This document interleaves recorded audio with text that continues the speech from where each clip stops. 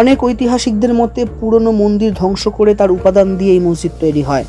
আবার অনেকের মতে এই স্থানে আগে একটি মন্দির ছিল, যা ধ্বংস করে সেই উপাদান দিয়ে এই মসজিদ নির্মাণ করা হয়। এই মসজিদকে পূর্ব দেওয়ালে খিলান পদ্ধতিতে তৈরি 5টি প্রবেশ পথ আছে, যা পাথরে আচ্ছাদিত। খিলানগুলো মোটা ও ছোট আকারের ষষ্ঠভুজাকার প্রস্তর স্তম্ভের ওপর স্থাপিত। এই মসজিদের মূল মিরহাবের ওপর আরবি ভাষায় খোদাই করা একটি শিলালিপি থেকে জানা যায় যে আসল ও পুরাতন মসজিদটির 10টি গম্বুজ ছিল।